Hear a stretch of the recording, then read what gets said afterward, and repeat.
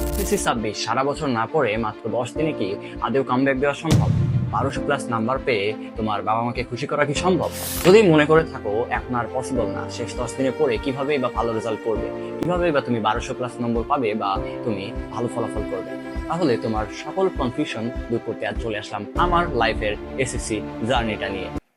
আমি মোহাম্মদ আবির হাসান, বর্তমানে পড়াশোনা করছি ঢাকা কলেজ, যা বাংলাদেশের অত্যন্ত ভালো এবং সবচেয়ে প্রাচীন এবং ঐতিহ্যবাহী একটা কলেজ।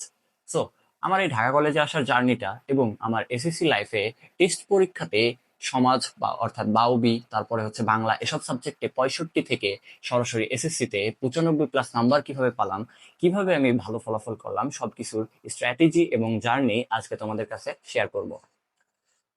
সো এসএসসি লাইফে আসলে কি হয়েছে, আমার এসএসসি লাইফটা একটু কেমন ছিল দেখো। আমার বাসা হচ্ছে আহ, মেহেরপুর। সো মেহেরপুর ছোট্ট শহর। সো সেখানে আমি ফিজিক্স, কেমিস্ট্রি এবং বায়োলজি সবকিছুই প্রাইভেট পড়তাম অফলাইনে। ওকে।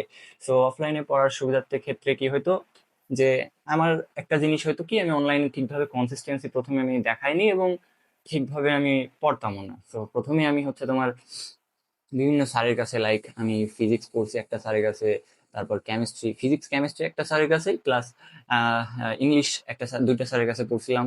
তো পড়ার পরে একটা স্যারের কাছে 6 মাস পড়ার পরে ছেড়ে দিয়েছিলাম। তো আরো যে সমস্ত সাবজেক্টগুলো ছিল সবকিছু মোটামুটি আমি প্রাইভেট পড়েছি, সবকিছুই করেছি, বাট আমি আসলে কনসিস্টেন্সি মেনটেন করিনি। মানে আমার পুরো এসএসসি লাইফ জার্নিতে আমার কনসিস্টেন্সি খুবই অল্প ছিল। বাট লাস্টের দিকে এসে আমি যখন রিয়েলাইজ করলাম যে না, এখনই সময়, এখনই যদি আমি কনসিস্টেন্সি না দেখাই তাহলে হয়তো আর কখনোই পসিবল না। যখন আমি হতাশায় ভুগছিলাম, যখন আমি বিভিন্ন, তোমাদের মতোই আমারও অবস্থা এমনই ছিল যে কিভাবে আসলে লাস্ট মোমেন্টে এসে আসলে কামব্যাক দিব, কিভাবে 1200+ নাম্বার পাবো, কিভাবে আমার স্বপ্নে কলেজে চান্স পাবো, তো সবকিছু মিলে আমিও তোমাদের মতোই এরকম কনফিউশনে ভুগছিলাম। তো এরপর আমি নিজেই, লাইক আমার যে তোমাদেরকে এই যে আমি হেল্প করছি, এখন তোমাদেরকে আমি ভিডিও বানাচ্ছি, তো এই স্বপ্নটা আমার অনেক আগে থেকে ছিল যে আমার এসএসসি লাইফের জার্নি বা আমি যে সমস্ত জিনিসগুলো আর কি পাই না এসএসসি লাইফে, যে সমস্ত জিনিস আমার মিসকনসেপশন ছিল, সবকিছুতেই নিয়েই আমি তোমাদেরকে হেল্প করব। তো এটা আমার এসএসসি চলাকালীনই আমি এটা ভাবছিলাম। তো দেখো, এসএসসির শুরুতে আমি ভালোভাবে আমি পড়ি Meherpur government college, sorry Meherpur government school. তো মেহেরপুর গভর্নমেন্ট স্কুলে আমি হচ্ছে ক্লাস 9 থেকে এসএসসি পর্যন্ত পড়ি। সো সেখানে ভর্তি হওয়ার পরে আমি দেখলাম আসলে গভর্নমেন্ট স্কুলে আমার ভর্তি হওয়ার প্রধান কারণ ছিল যে আমি স্কুল যাব না। তো এটাই আমার প্রধান স্কুল ছিল যে স্কুল যাব না, 4-5টা প্রাইভেট পড়বো এবং আমি নিজের মতো করে পড়াশোনাটা করব। তো সেই হিসেবে আমি গভর্নমেন্ট স্কুলে ভর্তি হই, মেহেরপুর গভর্নমেন্ট স্কুলে। তো সেখান থেকে আমি পড়াশোনা শুরু করি। তো অনেকে বলতো যে স্কুলের স্যারদের কাছে পড়ো, স্কুলের স্যারদের কাছে প্রাইভেট না পড়লে ভালো নাম্বার পাবো না। সো এমন আছেও, এমন ঘটনা ঘটেও, এমন ঘটনা অনেক ঘটেছে যে আমাদের টেস্ট পরীক্ষা বলো বা আগের এসএসসির আগে বলো, অর্ধবার্ষিক বলো বা ফাইনাল বলো, টেনে, তো সবকিছু মিলে এই আমাদের আহ, যে বিষয়টা ছিল যে স্যাররা হচ্ছে তোমার খাতায় নাম্বার দিতে চাইতো না, ঠিক আছে। কারণ বলতো যে আমার কাছে না পড়লে বা সেই স্যারের কাছে না পড়লে আসলে নাম্বার ঠিকভাবে দিত না। তো আমার একটা বিষয় ছিল যে আমি স্কুলের স্যারদেরকে সেভাবে তেল মারতাম না। তো তেল মারা আমার পছন্দ না। তো আমি কি করছিলাম, আমি বাইরের 2-3টা টিচারের কাছে প্রাইভেট পড়ছিলাম, যার মধ্যে ফিজিক্স এবং কেমিস্ট্রির জন্য ছিল আমাদের মেহেরপুরের সবচেয়ে সেরা টিচার জুইন স্যার। তো সত্যি কথা বলতে আমি জুইন স্যারের কাছ থেকে যা শিখেছি, অনেক কিছুই শিখেছি লাইফে, সবকিছুই ওখান থেকে শিখছি। একদম বাবার মতো যত্ন করেছে আমাদের। আমাদের এসএসসি 25 ব্যাচের যে কয়েকজন স্টুডেন্ট রয়েছে আমাদের সাথে, আমি ঢাকা কলেজে রয়েছি, আরো অনেক নটরডেমে অনেকে রয়েছে, আরো গভর্নমেন্ট সায়েন্স সহ ঢাকার সমস্ত ভালো ভালো কলেজগুলোতে জুইন স্যার স্টুডেন্টস রয়েছে। তো জুইন স্যার আমাকে যথেষ্ট হেল্প করেছিল আমাদের এসএসসি লাইফ জার্নিতে। তো শুরুতে আমি আর আমার বন্ধু তৌফিক, তো আমরা দুজন মিলে আসলে আমাদের সমস্যা ছিল আমরা খুব ঘুরতে পছন্দ করতাম। হ্যাঁ। তো আমরা সারা বছর আমরা এদিকে ওদিকে বাইক নিয়ে, হ্যাঁ, তোমার ঘুরে বেড়াইছি। তো ঘুরতে ঘুরতে ধরো হঠাৎ করে চা খাবো, চা খাইতে চলে গেছি 20 কিলো দূর।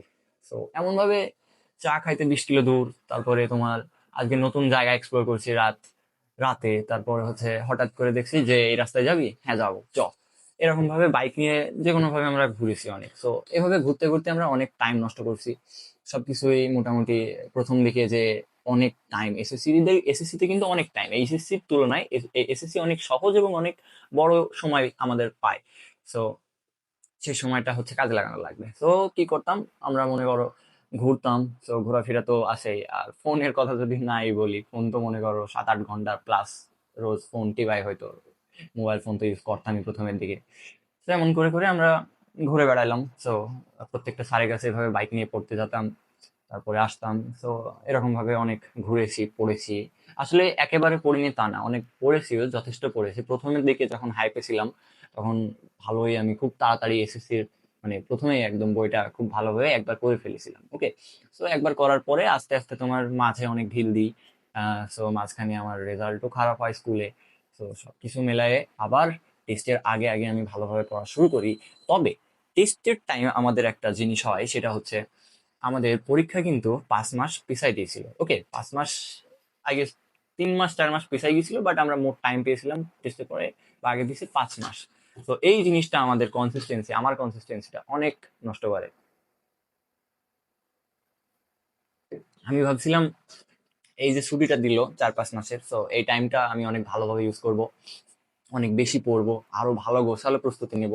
বাট আলটিমেটলি আমি এখানে আমার পুরো টেস্টের টাইম, যতটা ভালোভাবে আমি টেস্ট পরীক্ষা দিয়েছি, যতটা ভালো প্রিপারেশন আমি টেস্টের টাইম দিয়েছি, এসএসসি পরীক্ষার 1 মাস আগে কিন্তু আমার ওই জিনিসটা দেখছি আমি আরো নিচে নেমে পড়েছি। তখন কিন্তু আমি অনেক কনফিউশন, অনেক ডিপ্রেশন টাইপের ভিতরে ছিলাম যে আসলে আমি কিভাবে জিনিসটা কভার দিব। আমার তো টেস্টের চেয়েও প্রিপারেশন খারাপ হয়ে গেছে। তো টেস্ট পরীক্ষাতেও কিন্তু আমার রেজাল্ট যে খুব ভালো হয়েছিল এমন না। ফিজিক্স কেমিস্ট্রি ম্যাথ এগুলোতে ভালোই ছিল, বাট যেগুলো লাইক লেখার সাবজেক্ট, সমাজ মানে অর্থাৎ বাউবি, বাংলা, এই সমস্ত সাবজেক্টগুলোতে আমার ধরো 65-70 এইভাবে করে নাম্বার আসতো। তো এই বিষয়টা দেখে মনে করো হতাশ যে কিভাবে কি করব। তো অনেক কনফিউশনে ছিলাম, অনেক দুশ্চিন্তা করতাম তোমাদের মতোই। তো এরপর আস্তে আস্তে তোমার পরীক্ষার 1 মাস আসলো, আমি রিয়েলাইজ করতে লাগলাম যে এখন পড়াশোনাটা একটু কামব্যাক দেওয়ার লাগবে, ঠিকভাবে পড়ার লাগবে, সবকিছু ভালোভাবে মেনটেন করার লাগবে। সো ওই টাইম অনলাইনে ভালোই ঘাটাঘাটি করছিলাম, অনলাইন দেখে অনেক কিছু শিখছি, অনেক কিছু লাস্টে ওয়ান শট ক্লাস সহ বিভিন্ন জিনিসপাতি আমি বিভিন্ন টিচারের দেখতাম। দেখা করে আসলে আবার আমার নিজস্ব নোট ছিল, আমি নিজেই নোট বানাতাম। যখন আমি পড়তাম আমি এমন ভাবে পড়তাম জিনিসটা এবং খাতায় নোট করতাম যেন আমি আরেকটা স্টুডেন্টকে পড়াচ্ছি এবং আরেকটা স্টুডেন্টকে বোঝাচ্ছি যে এই বিষয়টা এইভাবে শুরু হবে। তো সেইভাবে আমরা শুরু করলাম, আমি সেই নোটগুলো দেখতে লাগলাম, রিভাইজ দিতে লাগলাম আস্তে আস্তে। তো পরীক্ষার 10-15 দিন আগে চলে আসলো। তো আমি ওই টাইম আমরা ঘোরাফেরা করেছি, পরীক্ষার আগেও যে বলবো যে ত্যাগ করেছি, একেবারে ঘোরাফেরা তেমন করিনি আসলে। ঘোরাফেরাটা একটু বেশি হয়ে গেছিল আমাদের টাইম, বাট তারপরেও আমি যে টাইম মনে করো আমরা নর্মাল টাইমে যতটা ঘোরাফেরা করছি, টাইম ওয়েস্ট করছি, তো এসএসসি 15 দিন আগে কিন্তু অতটাও টাইম ওয়েস্ট করিনি আমরা। যথেষ্ট বাড়িতে পড়াশোনা করছি, যথেষ্ট বসেছি এবং সবকিছু মেনটেন করার চেষ্টা করেছি।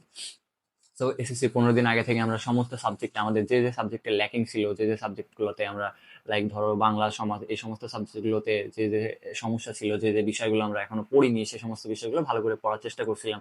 আর বিশেষ করে এমসিকিউ এর ক্ষেত্রে ফোকাস দেওয়াটা খুবই ইম্পর্টেন্ট। এসএসসি লাইফে, এসএসসি পরীক্ষাতে যদি তোমার সবচেয়ে বেশি বাস কিছুতে দেয় সেটা হবে এমসিকিউ। কেননা এমসিকিউ এ অনেক স্টুডেন্টস কি এভারেজ সকল স্টুডেন্টই এমসিকিউ তে খারাপ করে, এবং এমসিকিউ তে খারাপ করার ফলেই কিন্তু তোমরা ভালো রেজাল্ট করতে পারবে না। প্রত্যেকটাতে সিকিউ এ কিন্তু তুমি মানে মনে করো 5টা সিকিউ এর মধ্যে 4টা সিকিউ আরামসে লিখে ফেলবা, উপরে 4-5 মার্ক 45+, 50-45+ সিকিউ তুমি আরামসে তুলতে পারবা ফিজিক্স কেমিস্ট্রি ম্যাথ এই সমস্ত।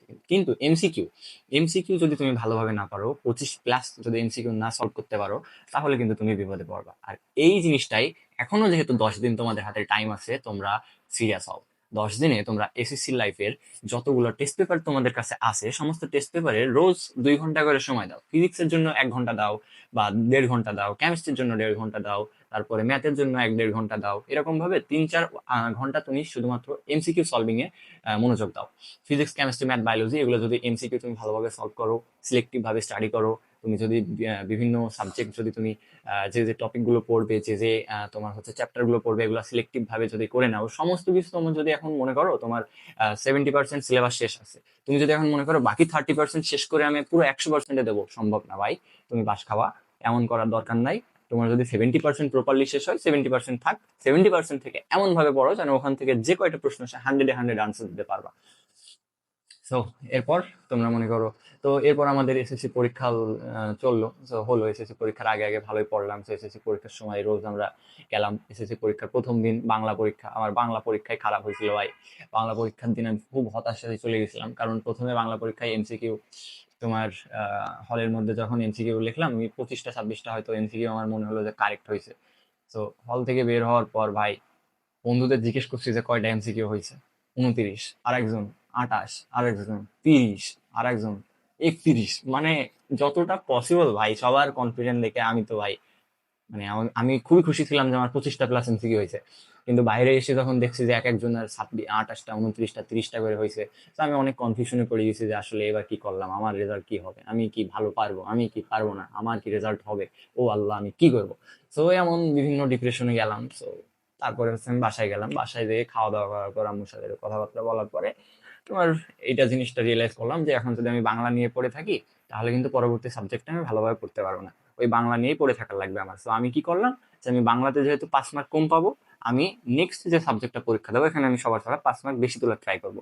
তো সেই হিসেবে আমি নেক্সট পরীক্ষাটা খুব ভালোভাবে পড়লাম, খুব ভালোভাবে একদম মনে করো প্রিপারেশন নিয়ে আমি নেক্সট পরীক্ষাটা দিলাম, এবং নেক্সট পরীক্ষা আমার মোটামুটি ভালোই গিয়েছিল। তো এরপর থেকে আমি প্রত্যেকটা পরীক্ষা খুব ভালোভাবে দেওয়ার চেষ্টা করি।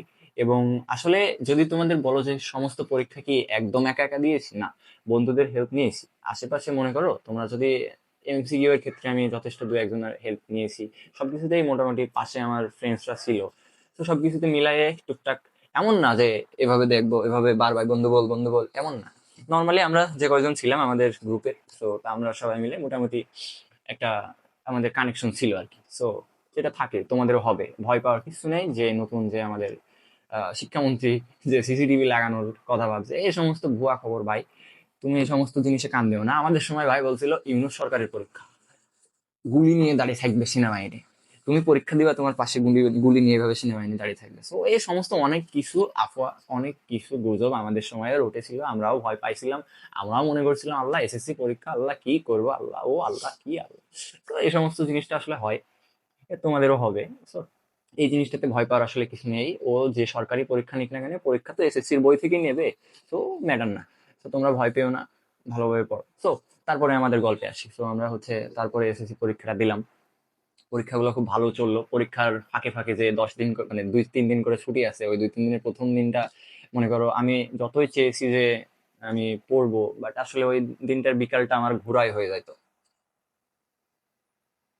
তো তারপরেও আহ, আমি ওই রাতে পড়ার চেষ্টা করেছি, যে গ্যাপগুলো ছিল 2-3 দিন করে। বিশেষ করে সবচেয়ে বেশি যেটা ইফেক্টিভ, কেমিস্ট্রি ফিজিক্স ম্যাথ পরীক্ষার আগে যে 2-3 দিন করে ছুটি থাকে, এই 2-3 দিনে এমসিকিউ এমন ভাবে করো, সিকিউ এমন ভাবে করো, এই 2-3 দিনে মনে করো প্রতিদিন যদি 5 ঘন্টা করেও সময় দিতে পারো, 3-5-15 ঘন্টা যদি তুমি 3 দিন করে যদি টাইম পাও, এমন ভাবে পড়ো যেন তোমার যত কনফিউশন ছিল যত কিছু ছিল তুমি সব কিছু রিপিট করে একদম মাথার ভিতরে নিয়ে তুমি জিনিসটা সলভ করে ফেলো। তো পরীক্ষার ফাঁকে ফাঁকে যে 2-3 দিন করে গ্যাপ থাকে, এগুলা কাজে লাগাও, এগুলা নষ্ট করো না ভাই, অনেক পস্তাবা পরবর্তীতে। কেননা আমি এই টাইমগুলো নষ্ট করে ফেলেছিলাম। তো আমি পরবর্তীতে ভাবলাম যে এই টাইমটা যদি আমি পড়তাম আসলে আমার অনেক ভালো হতো, আরো ভালো রেজাল্ট আমি করতে পারতাম, আশানুরূপ আরো অনেক ভালো রেজাল্ট করতে পারতাম।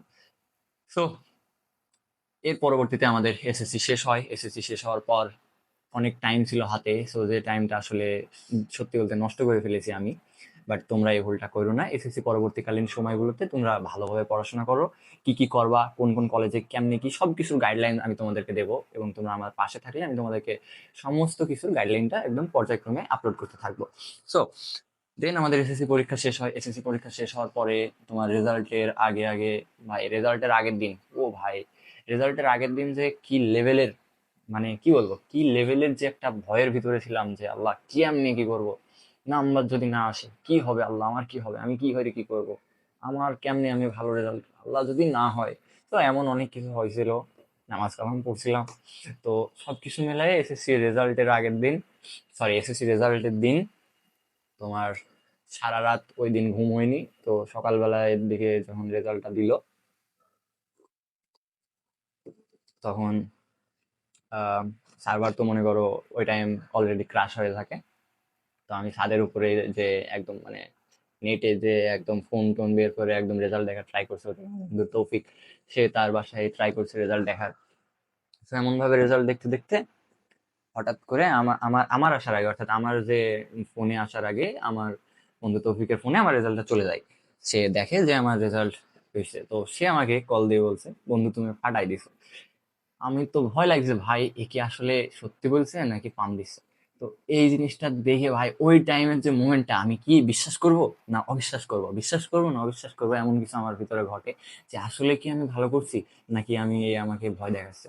তো সবকিছু মিলায় যখন ও বললো যে হ্যাঁ বন্ধু তুই ফাটাই দিছিস, তোর রেজাল্ট এত এসছে, 1210 প্লাস পাইছিস, তো এই টাইম যখন আমাকে ও বললো ভাই আমি তো ধরো মহা খুশি, আমি তো নেচে বেড়াচ্ছি। মানে ওই যে মোমেন্টটা, এসএসসি রেজাল্ট পাওয়ার পর যে মোমেন্টটা ভাই, একটা অন্যরকম মোমেন্ট। তারপর আমি জিজ্ঞেস করলাম যে তোর কি অবস্থা, তো সে বললো যে তার বললেন A+ আসছে। তো এই যে দুই বন্ধুর এত ঘোরাঘুরি করার পরেও, এত টাইম নষ্ট করার পরেও লাস্ট মোমেন্টে ভালোভাবে পড়ে, স্ট্র্যাটেজিক ভাবে পড়ে যে ভালো রেজাল্টটা করলাম, ওই টাইম আমাদের তারপরে যেই রেজাল্টটা হয়ে গেছিল তারপর বললাম বন্ধু গাড়ি নিয়ে আয়। তো গাড়ি নিয়ে আসার পরে আমরা ঘুরতে গেলাম। সো অনেক মজা করলাম, খাওয়া দাওয়া করলাম, অনেক কিছু হলো। তো সবকিছু মিলাই এসএসসি পরবর্তীকালীন সময়টা অনেক ভালোই গিয়েছিল। এসএসসির ওই দিনটা আমার কাছে তো ঈদের দিন, আব্বু আম্মু সবার চোখে একদম অন্য লেভেলের হ্যাপি, মানে খুশি। তো কি বলবো, তো ওই দিনটার আসলে স্মরণীয় হওয়ার কথা, বাট ওর পরবর্তীকালীন সময়গুলোতে, অর্থাৎ যে 6-7 মাস সময় পাওয়া, এই সময়টা আসলে নষ্ট করা যাবে না, এই সময়টা ভালোভাবে কাজে লাগানো লাগবে। সো যাদের তোমাদের এখনো কনফিউশন ছিল যে লাস্ট 10 দিনে কি আসলে পড়ে সম্ভব, এসএসসি লাইফের লাস্ট 10 দিন পড়ে আসলেও কি গোল্ডেন A+ পাওয়া সম্ভব, 1200+ নাম্বার পাওয়া সম্ভব? হ্যাঁ, আমি বলছি সম্ভব, কারণ আমি জিনিসটা করে দেখিয়েছি। তাহলে তোমরা কেন পারবা না? আমি লাস্ট মোমেন্টে পড়ে যদি ভালো করতে পারি, বর্তমানে ঢাকা কলেজে পড়ছি, তাহলে তোমরা কেন পারবে না? তোমরা কেন তোমার স্বপ্নের কলেজে যেতে পারবে না? তোমরা কেন ভালোভাবে 1200+ নাম্বার পেতে পারবে না? লাস্ট 10 দিন ভালোভাবে ইফেক্টিভলি স্ট্র্যাটেজিক ভাবে পড়াশোনা করো, খুব সুন্দরভাবে গুছায় গুছায় পড়াশোনাটা করো। আমি তোমাদেরকে প্রত্যেকদিন একটা করে গাইডলাইনের ভিডিও দিব, প্লাস সমস্ত কোন কোন চ্যাপ্টার পড়বা বা কি কি সিকিউ সলভিংও আমি দেওয়ার চেষ্টা করব। তো সবকিছু মিলাই তোমরা আমাদের পাশে থাকো, এবং আমার এই জার্নিটা তোমাদেরকে বললাম, আশা করছি এই জার্নিটা তোমাদেরকে ইন্সপায়ার করবে ভালোভাবে পড়াশোনা করার জন্য। তো আজকের মতো এতটুকুই। এমন রিয়েলিস্টিক সব কাহিনী এবং লাইফ হ্যাক্স এবং জীবন সম্পর্কিত সবকিছু, এই যে এসএসসি লাইফে আমি পড়ছি বর্তমানে, আমি কি কি বাধা ফেস করছি, কি কি সমস্যা আমার হয়েছে, সবকিছু তোমাদেরকে বিস্তারিত আস্তে আস্তে বলবো। তো তোমরা টেনশন করো না, ভালোভাবে পরীক্ষা দাও, 10 দিন ভালোভাবে প্রিপারেশন নাও এবং এসএসসি তে ভালো রেজাল্ট করো। আল্লাহ হাফেজ।